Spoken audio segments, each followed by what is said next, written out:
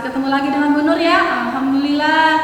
Ya, hari ini kita masih akan membahas kelanjutan materi kita sebelumnya. Nah, sudah siap semua? Sudah siap alat tulisnya? Baik, alhamdulillah kalian sudah siap semua. Baiklah anak-anak, sebelum memulai pelajaran, mari kita sama-sama membaca suratul Fatihah. Semoga apa yang kita pelajari bermanfaat dan Allah meridai.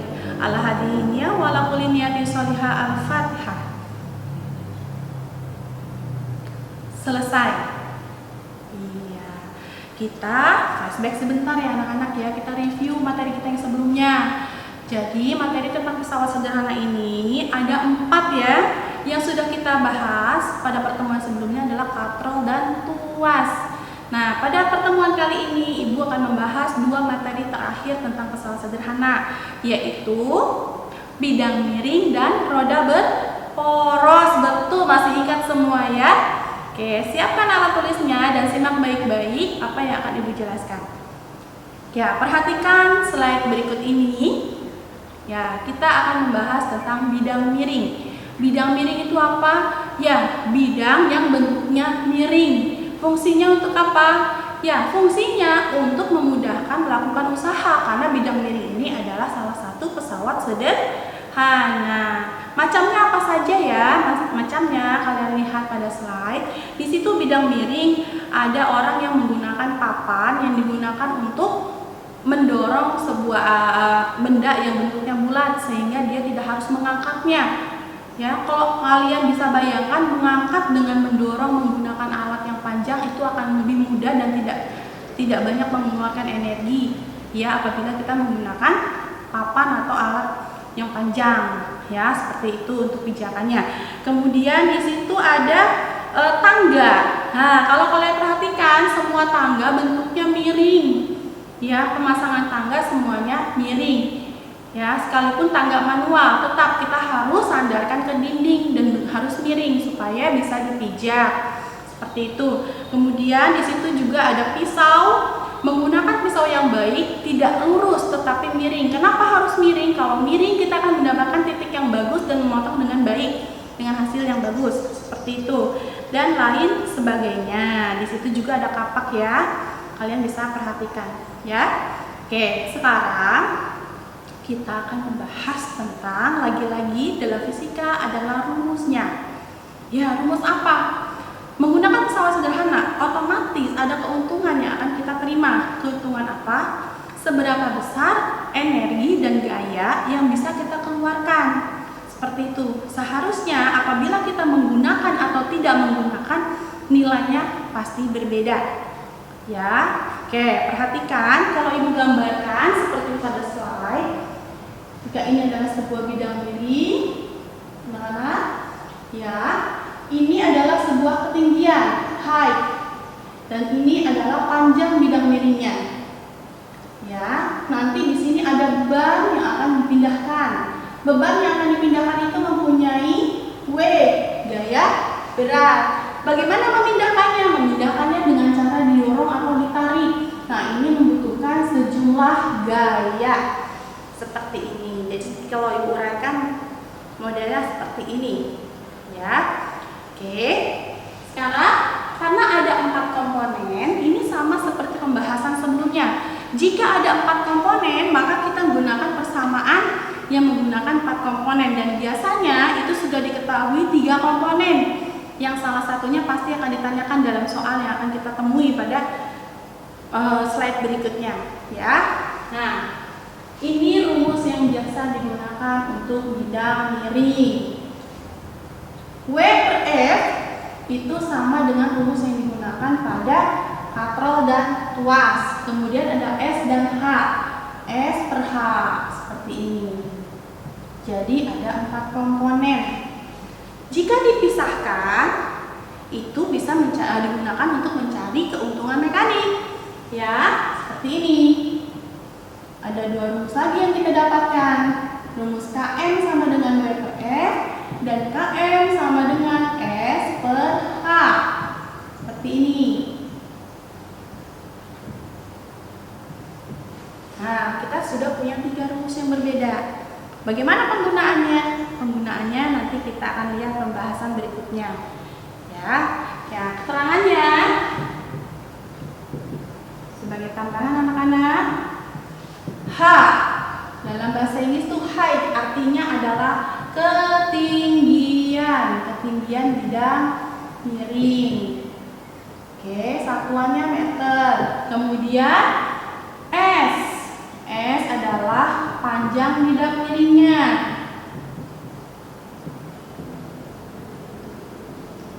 Oke, satuannya juga meter. Kemudian ada W dan F. W adalah gaya berat atau beban, satuannya Newton. Kemudian F adalah kuasa, gaya yang akan kita berikan, yang akan dikeluarkan. Seperti itu. Silakan kalian catat. Sudah mencatatnya anak-anak? Baik. Sampai sini ada pertanyaan? Belum. Oke, kita masih menyimak. Nanti kita akan ada timbul pertanyaan setelah kita masuk ke contoh soal. Baik, sekarang kita langsung lanjutkan ke slide berikutnya. Perhatikan ya anak-anak. Ini adalah materi terakhir kita, yaitu tentang roda berporos. Kalau Budul bicara roda berporos, udah otomatis kalian tahu roda bentuknya lingkaran, ya, bulat, lingkaran. Nah, karena berporos, poros itu artinya adalah ada roda lagi di dalam roda, ada semacam lubang, tapi sebetulnya lubang itu ada fungsinya. Seperti itu. Jadi roda berporos. Oke, yang namanya lingkaran dalam ilmu matematika tentu saja dia memiliki diameter dan jari-jari. Silakan diingat-ingat untuk materi tentang lingkaran. Iya, diameter adalah panjang setengah lingkaran. Oke, betul. Kalau jari-jari adalah jarak dari titik pusat lingkaran ke sisi atau tepi lingkaran. Betul, berarti kalian masih ingat ya, karena ada dua roda berarti masing-masing mempunyai jari-jari dalam dan jari-jari luar. Oke, Ibu gambarkan jadi seperti ini. Silakan diperhatikan.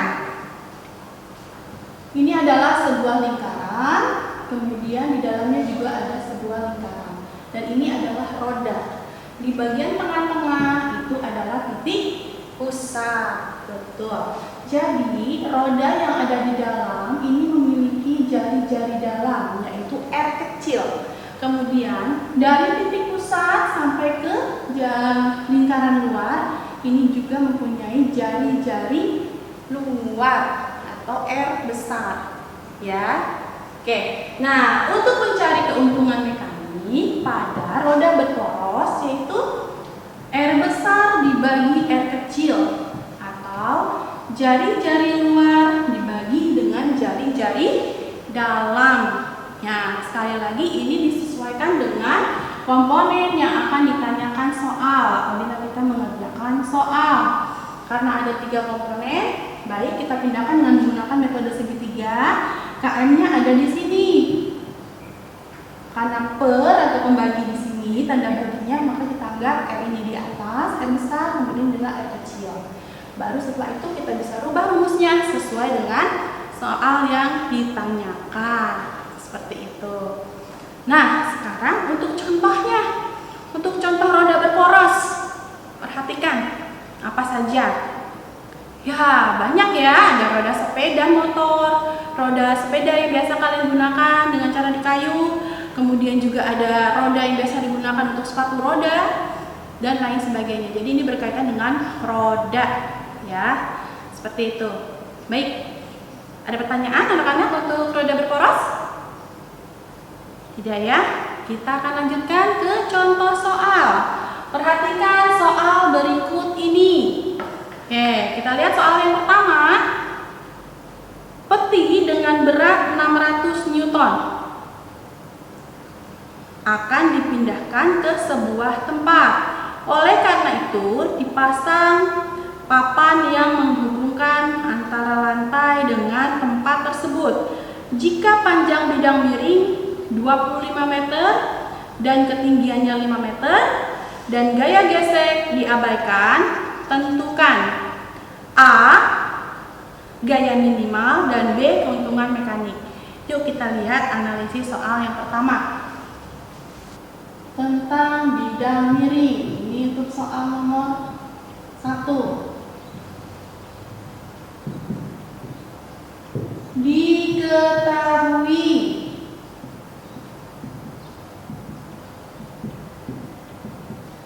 berat petinya berapa tadi yang akan dipindahkan?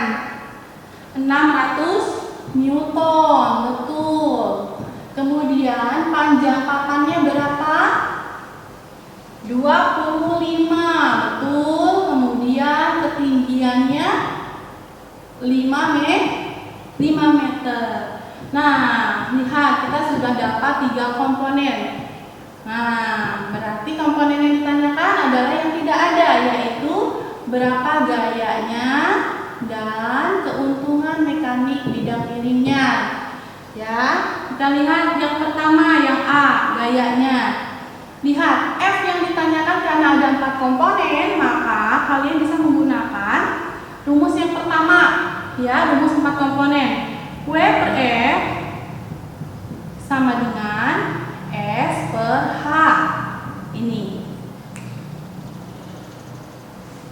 Ya, baik anak-anak, karena ada 4 komponen, maka kita pasti menggunakan rumus yang terdiri dari 4 komponen, yaitu W per F sama dengan S per H.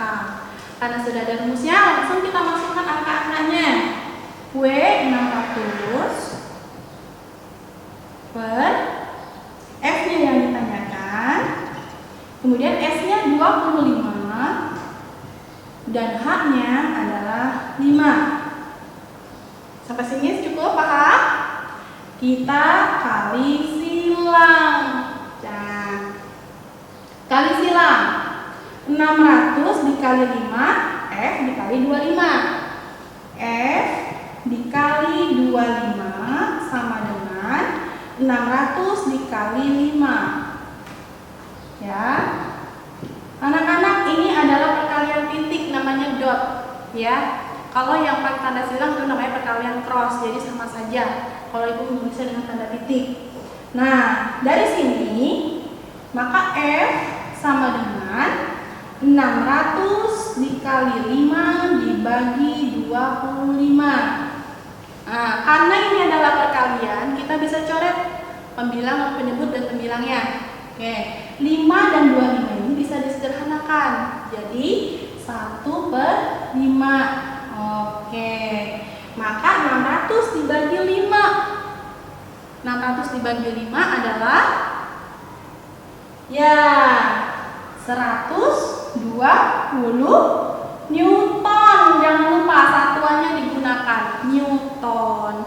Jadi kesimpulannya untuk soal ini, peti yang beratnya 600 Newton itu hanya kita dorong mengeluarkan 120 Newton tenaga atau gaya. Itu untuk soal yang pertama. Kemudian soal yang kedua, keuntungan mekanik, ya.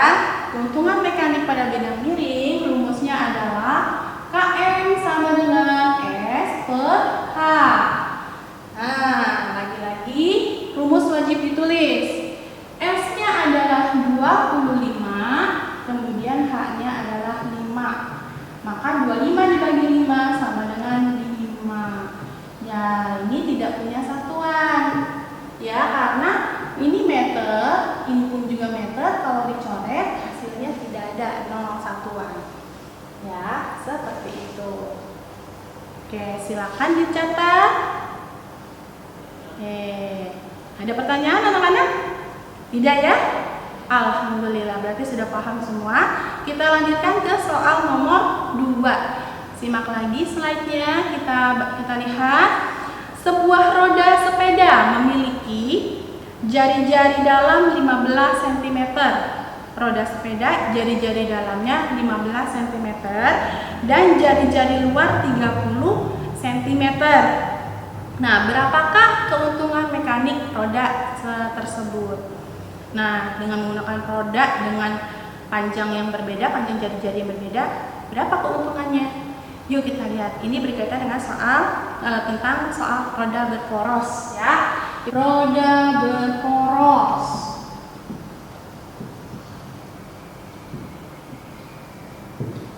Oke, soal nomor 2.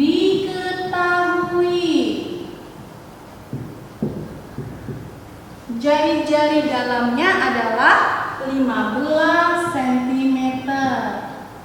R kecil 15 cm dan jari-jari luarnya 30 cm.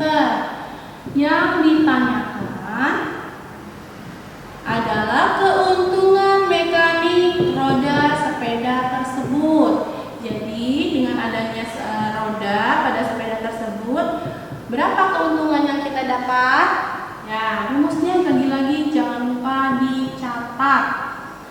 R besar dibagi R kecil. Ini rumusnya wajib ditulis. Ya, karena komponen yang ditanyakan jelas, langsung saja masukkan angkanya. 30 cm dibagi 15 cm. Satuannya sama, langsung dicoret saja. Maka keuntungan mekaniknya 30 dibagi 15 sama dengan 2. Oke. Efisiensi gaya dan daya yang kita berikan untuk mengayuh sebuah sepeda dibantu oleh roda sepeda tersebut adalah 2. Seperti itu ya. Itulah keuntungan mekanik ya, keuntungan yang kita dapatkan setelah menggunakan pesawat sederhana. Ya. Jelas anak-anak bahwa pesawat sederhana itu berfungsi untuk mempermudah melakukan usaha. Baik, materi kita cukup sampai di sini berkaitan dengan pesawat sederhana. Kita akan bertemu, akan membahas lebih banyak lagi soal-soal atau menganalisis kehidupan sehari-hari yang berkaitan dengan pesawat sederhana ya pada pertemuan-pertemuan berikutnya.